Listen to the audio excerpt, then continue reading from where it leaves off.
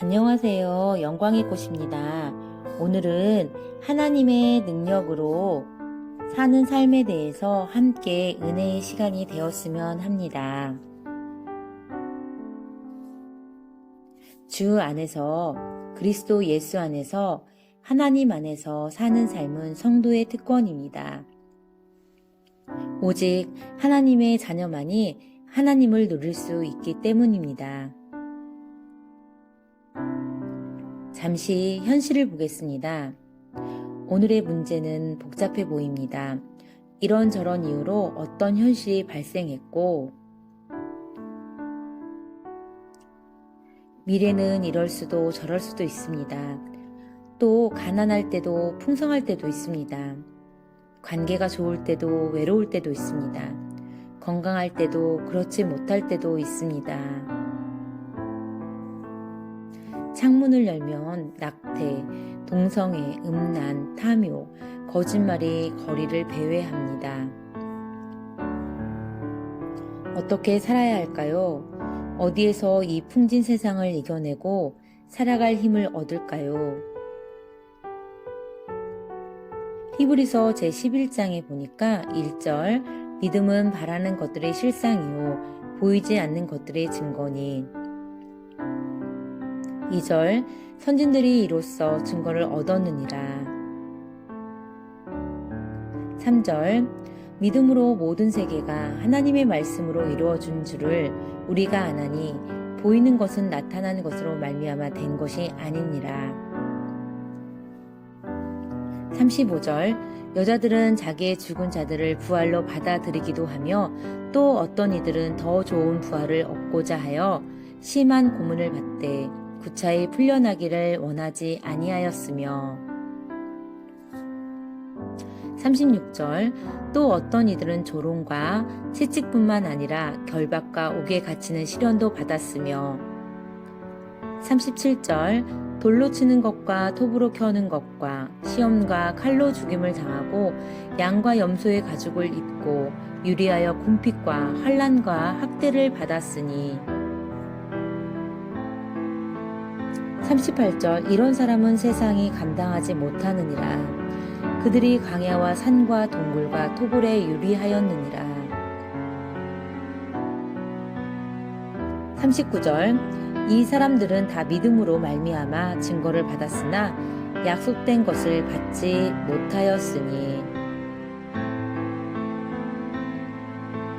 40절, 이는 하나님이 우리를 위하여 더 좋은 것을 예비하셨은즉 우리가 아니면 그들로 온전함을 이루지 못하게 하려 하심이라.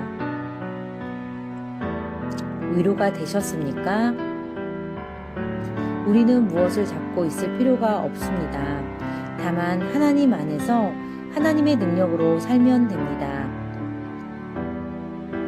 기드온의 300용사, 사울의 겁에 질린 600명의 군인, 다윗의 물맷돌, 모세의 지팡이와 선포, 엘리야의 불을 내리는 기도.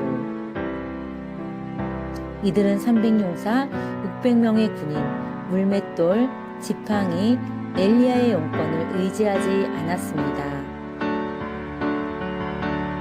만약 눈에 보이는 300명의 용사와 물맷돌의 힘이 있다면 얼마나 불안합니까? 하나님이 주신 영권을 잘 사용한 나의 승리, 내 기도의 승리라면 얼마나 위험합니까? 그런데 문제는 늘 하나님이 이겨주신다는 것입니다. 내가 할 것이 없다는 것입니다. 하나님을 믿으면 그만입니다. 하나님과의 사랑의 교제가 전부입니다. 뭘 이루긴 이루겠습니까? 무슨 사명을 감당하겠습니까? 하나님이 가자고 하면 가고 쉬자고 하면 쉬십시오. 하나님을 붙잡으려고 하지 마시고 하나님이 나를 붙잡고 계심을 믿으십시오. 내가 하나님을 붙잡고 있는 것과 하나님이 나를 붙잡고 계신 것 중에 어느 것이 더 안전하십니까? 사랑하는 사람을 믿으십시오. 그분은 나를 사랑해서 사람이 되신 분입니다. 그러므로 믿음은 어떤 결과나 현상을 믿는 것이 아닙니다. 하나님을 믿는 것입니다. 연애편지 말미에 쓴 인치신 믿음의 약속을 다시 보겠습니다. 39절 이 사람들은 다 믿음으로 말미암아 증거를 받았으나 약속된 것을 받지 못하였으니 40절 이는 하나님이 우리를 위하여 더 좋은 것을 예비하셨은즉 우리가 아니면 그들로 온전함을 이루지 못하게 하려 하심이라. 감동입니까? 엘리야나 모세나 베드로이든 간에 당신이 없으면 천국은 완성이 안 됩니다. 당신이 들어가야 온전해집니다. 하나님은 당신이 빠진 천국을 온전하다고 생각하지 않으십니다. 믿음의 선배들이 약속된 것을 받으려면 당신이 있어야만 합니다. 마찬가지로 당신이 온전해지려면 하나님의 자녀이면서 또 세상을 헤매고 있는 그분이 오셔야 합니다.